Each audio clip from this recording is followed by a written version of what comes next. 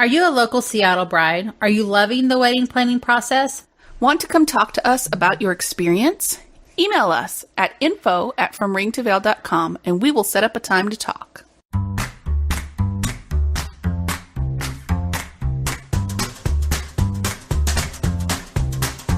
I'm Shannon. And I'm Kim, And you are listening to From Ring to Veil, a wedding planning podcast, where we share tips and information to help you plan the wedding of your dreams. without all the stress. Wedding Words Glossary Part 5. The Cake Episode, number 103. If you'd like to support us, please check out our Patreon page at fromringtoveil.com/give. Are you subscribed to the show? Don't miss one. Subscribe to From Ring to Veil anywhere you listen to podcasts. If you don't know how, let us know and we will help you. That's right. So how are you, Shannon? I'm okay today. Great. It's kind of a rainy, gloomy day. It's kind of chilly. Great day to sit at home and watch movies and read a book, but we can't. We have things to do. Yes, it is. And I didn't get much sleep last night, but anyway. That happens. Yes. Well, I have a 12-year-old today. Woohoo! So, woohoo. Happy birthday! Yeah. I had to deliver cupcakes up to the school this morning so that he could share with his class. And then afterwards, of course, we're having a party. So, it's a big day today. Yeah. But I'm always happy to record a podcast. That's the fun part of the day. And it's his birthday, and guess what? We're talking about cake. That's right. Good segue, Shannon. Oh, all right. Let's start this cake words glossary. I think it's fun. I, for one, have always been interested in doing cake decorating. Oh, not me. I enjoy baking, but I never have taken a class. And maybe a little bit later in life, I might and have fun with it. But I've always been really interested. Like, I watch Cake Boss and the stuff he does and his team. I will leave it to the professionals. I don't want to sit there and do all that tedious work. You have it done for me. I will pay you dearly. I value your job. I value what you do. I will pay you for it. I will not do it. Because it can be tedious. I mean, Yes. I don't know if you've watched any shows about that kind of stuff, but every once in a while, yeah. it could take hours, days to do stuff. So we thought that we would find these terms of what all this stuff means, because there's a lot, of course. So let's just start from the top. Let's go with basket weave. I think we can all pretty much envision what that means. That was my wedding cake, was a basket weave. Basket weave. I think that was really popular back when we got married, because I believe it was on mine too, around the edge. That's tedious work if you haven't seen it, because it's not. You can't just draw lines and then you have to. Little bitty pieces at a time. So it's a piping technique, of course, and it features interwoven vertical and horizontal lines like a basket. Exactly. Beading. It's a border along the edge of the tiers that resembles like tiny little pearls. Can you imagine just sitting there and going, Well, it's when you get into it, it's way faster. They can do it way faster and keep it very uniform. But for us starting out, it would probably take us an hour to do one tier and be like, oh, that's too big. Take that off, Yeah, no. Buttercream. Buttercream, the ultimate in icing. I'll tell you what. I mean, like, going to a wedding just for the wedding cake. See, I like buttercream. I don't like fondant. Fondant, bleh. Yeah. But, I mean, I know fondant is because it's shapeable and you can do all kinds of different shapes, have a smooth cake and more modern, but buttercream is the ultimate. It's a creamy icing that stays soft and it's easy to cut through. It can be colored and flavored, like chocolate buttercream, chocolate mint buttercream, vanilla bean buttercream. Anyway, it's also used to create piping, swags, and other borders, as well as decorative rosettes. It can also be used as a filling. That's buttercream on top of buttercream, on top of sponge. Yeah. Hey, why not? Yeah. It's your wedding.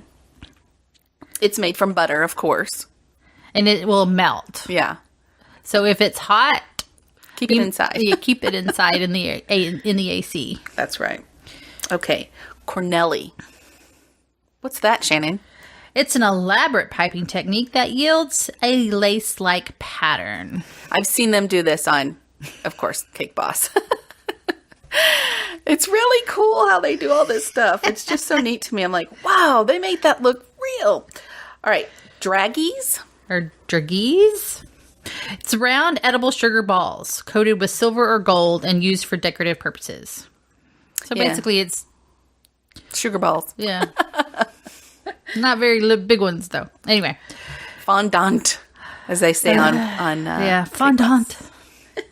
It's a sweet, elastic icing. That's a horrible explanation. Yes. Elastic icing made of sugar, corn syrup, and gelatin that is rolled out and draped over a cake. All the stuff you should not really eat. That's right. That is cancer waiting to happen. No, I'm just kidding. It's smooth, and it's a firm base for gum paste flowers, which we'll probably talk about in a minute, and decorative details and architectural designs. It looks really pretty. Yes. I mean, they can make it shine like glass. Yeah, but then you kind of have to take it off before you eat it, because... It's just not tasty. It's not tasty. It's great for aesthetics. Not so great on taste. Ganache. Oh, ganache. A sweet, we rich... like cake, you can tell. I am a cake and cookie person. You give me cake and cookies, I'm happy. Ganache. A sweet, rich chocolate, denser than mousse, but less dense than fudge, which can be used as icing or filler. Ganache is made of chocolate and heavy cream, and it will soften in humid weather. So I like it when they coat the cake in ganache and they're letting it drip all to the side. Yes. Oof. Yes. That's like one of the best visuals ever. And they're sitting there going, they're rubbing it all and it's just dripping over the sides. It's like cake porn. Exactly. That's exactly what it is. Gum paste. That sounds really delicious. It's a paste of sugar, cornstarch, and gelatin. And it's used to mold realistic-looking fruits and flowers to garnish a cake. Gum paste decorations are edible and will last for years as keepsakes. But some say they don't taste as yummy as marzipan, which they don't. I don't like to eat the things on the cake. Oh yeah, like the decoration. The gum paste flowers, and I don't like marzipan, which we'll talk about marzipan in just a second. So now there's latticework. The piping detail that crisscrosses with an open pattern. Looks like a piece of lattice. Yeah, exactly. Marzipan. A paste made of ground almonds, sugar, and egg whites used to mold edible flowers and fruits to decorate the cake. It can also be rolled in sheets like fondant and used as icing. I think that's better than fondant. Yeah. Tasting anyway. Right. I just don't like it. Yeah. Some people, you either like it or you don't. So it's like divinity. I love hate divinity. Are you kidding me? Well, I mean, so in all this, when you go to your baker or your cake designer, make sure you taste this stuff and see if you like it. Because if you don't, you're not going to be happy with the finished product. Right. Petal dust. It adds sparkle or sheen to a cake. I don't think it really even has a taste, does it? No. Pillars. Separators used in a tiered cake. They could be made of plastic or wood in several lengths to achieve the desired look. Now, that's not really very popular anymore. Right. So you may or may not see those at your... Right. And they still, if you have a tiered cake, they will still put, wooden rods down the... Dowels, yeah. Dowels through the cake to... Keep it from crushing. Yeah, and make it stable. So exactly. When you cut in your cake, don't worry, there's probably wood in there somewhere. Piping. Decorative technique created using a pastry bag and various metal tips. Piping details include leaves, borders, basket weave patterns, and flowers. That's what I want to learn. I want to learn how to pipe. I've tried it on my own without watching any YouTubes or been to any classes, and it is harder than you think it is. Yeah. Pulled sugar. That's hard to work with, man. When you see them on, like those baking shows where they're doing the sugar stuff, I'm like, it's gonna fall and break. Anyway. And it does sometimes. Yeah. So it's a technique in which boiled sugar is manipulated and pulled to produce flowers and bows and all other kinds of shapes. You can do almost anything with pulled sugar. Mm-hmm. You just have to have the correct artist to do it. And it's gorgeous work, but it's tedious. And I don't know that you can technically eat it after it's been all that because it's very hard. Yeah. And a lot of times it's a little thicker than you'd probably want to eat. Royal icing. It's made of egg whites and confectionery sugar. This icing starts starts life as a soft paste pipe from a bag to create latticework, beading, bows, and flowers. When dry, its texture is hard and brittle, so do not refrigerate it. Mm-hmm. Which I don't like royal icing. I mean, it much. serves its purpose for the, it's decoration. It doesn't taste very good. Swiss dot. A piping technique that forms tiny dots in random patterns that resemble fine dot Swiss fabric. I don't know. I have to look that up, but yeah, I don't know what that means. I mean, I guess it's just they're dots. piping. Yeah. Mm-hmm. Torte. Tortes. A dense cake that does not use leavening agents like baking powder or baking soda. So basically like a brownie. We call them brownies, not a torte. Whipped cream. We all know what whipped cream is. Heavy cream beaten to achieve a thick consistency. Whipped cream must be kept refrigerated and doesn't work very well as an icing. It is unstable and not recommended for outdoor weddings. I would never use whipped cream as an icing. Yeah, that'd be kind of hard. I mean, like... And it's not... I mean, you expect icing to be sweet. I guess if you didn't want anything too sweet, maybe you can... If you're indoors and you're going to eat it right away, you can put whipped cream as the icing. Right. But, I mean, like... Wouldn't you have to put it on right before they eat it? Because doesn't it, like, start melting? Yeah, it and running, runs. You know? Yeah. Maybe there's a special way that you can do it. I mean, you'd have to ask your baker. But it says, it's not really recommended for icing. Yeah. So I wouldn't use it. Maybe a filler. Maybe you could have strawberry whipped cream in the middle. So I guess now we need to talk about what is current, really. Like the naked cakes. Right. What is a naked cake? A naked cake is a cake that's naked. Basically, no buttercream, no whipping cream, no fondant. It really has. I mean, it's not totally naked. There's usually filling in between the layers, and then it does have a crumb layer around the top, around it, so it won't crumble. Right. So and it's usually poured on something like a ganache. Yeah. But it could be a sugar pour or something like that. But, I mean, it's not totally naked. Right. Right. And a lot of times they decorate the top instead of with all these things that you can make out of sugar and marzipan and stuff like that. They'll decorate it with real flowers, usually a pesticide-free organic type flower, or fruits. Fruits. They also have, the traditional cake toppers you can use for that. I like naked cakes because sometimes you don't want all the buttercream icing. Right. You just want the cake. Yeah. It's just a little bite of cake. Right.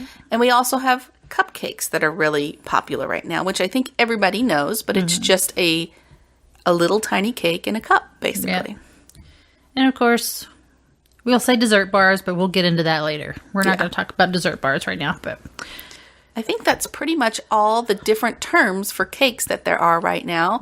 If you know of any other ones, let us know. We'll add it to the list. You can see this list on episode number 103 show notes. So if you go to fromringtoveil.com/103, you can see these show notes and read them for yourself. So cake's yummy. Yes. But you can't eat it every day, sadly. Yeah. So, when you go to your baker or your cake designer, now you know a little bit about what each of these things are, and you can tell them what you want. Pictures are really nice, too. I was asked yesterday, it was about flowers, not really about cake. Can you take another person's creation to your vendor and ask them to emulate it? Well, you can say, I think, here's a picture of what I really like. Can you do something in this style? Right. And that's what I told her. I said I can use it for inspiration, but it will be in my style. We don't all design the same. Exactly. And I told her, I said, it'll be in my style and in the way I do it, so it won't look exactly like this, picture. So, and she was happy with that. And you've got to tell them that it's not going to look the same. Right. So know that if you take a picture into your cake baker or designer, you got to realize that is somebody else's creation and they cannot copy that. Right. That came from their head. So yours is going to be different, although they can use this as inspiration. Yeah. Oh, she really likes maybe these flowers on it. Maybe I'll do a design with these flowers. Yes. Or maybe it's this specific look of tears or something, just know that it's not going to be exactly the same as the picture. Even if you bring a picture of their own work, it's never going to be exactly the same. Because it could have been done by a different designer or baker. So just remember that Pinterest is your friend, but it also can be your enemy sometimes. Right. So take it with, don't go in there expecting this exact cake. Right. But enjoy your cake. Yes. Cake's good. Yeah. And let them eat cake. Like you heard on episode 100, it's great if you take a small little cake for you and your spouse to cut and eat and smash each other's face and all that fun stuff. And then bring out the sheet cake already cut in pieces. Because they're not going to know the difference. They won't. And they won't care. They're getting free cake, hey. Yeah. All right. So that's our episode for today. Remember that you can reach us anytime by emailing us at info@fromringtoveil.com or #fromringtoveil or message us on Facebook. Anywhere, we're there. Yes. So until next time, no stress, no worries, keep calm and listen on. Thank you for listening to our podcast. You can find us on Facebook, From Ring to Veil, on Twitter, @FromRingToVeil, and on our website, FromRingToVeil.com. Music provided by bensound.com.